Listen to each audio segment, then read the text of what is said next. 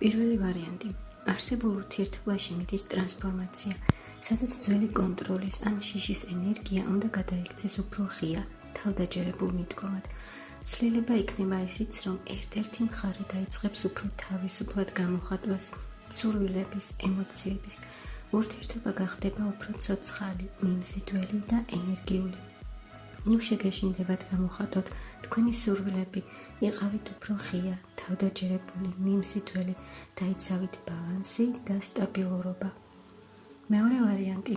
თუ მარტო ხართ, შესაძლოა გამოჩნდეს ახალი ადამიანი, რომელთანაც კავშირი იწყება ინტელექტუალური მიზიდულობით და საუბრით, მაგრამ სწრაფად გადადის უფრო სერიოზულ და სტაბილურ დონეზე.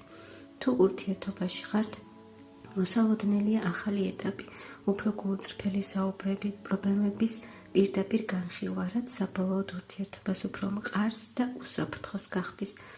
ცვლილებები მოდის კომუნიკაციის და პრაქტიკული ნაბიჯის საშუალებით. შეგეშინდებათ პირდაპირი საუბრის, რადგან ის გახსნის გზას უფრო მყარი და ნაყოფიერი კავშირისკენ.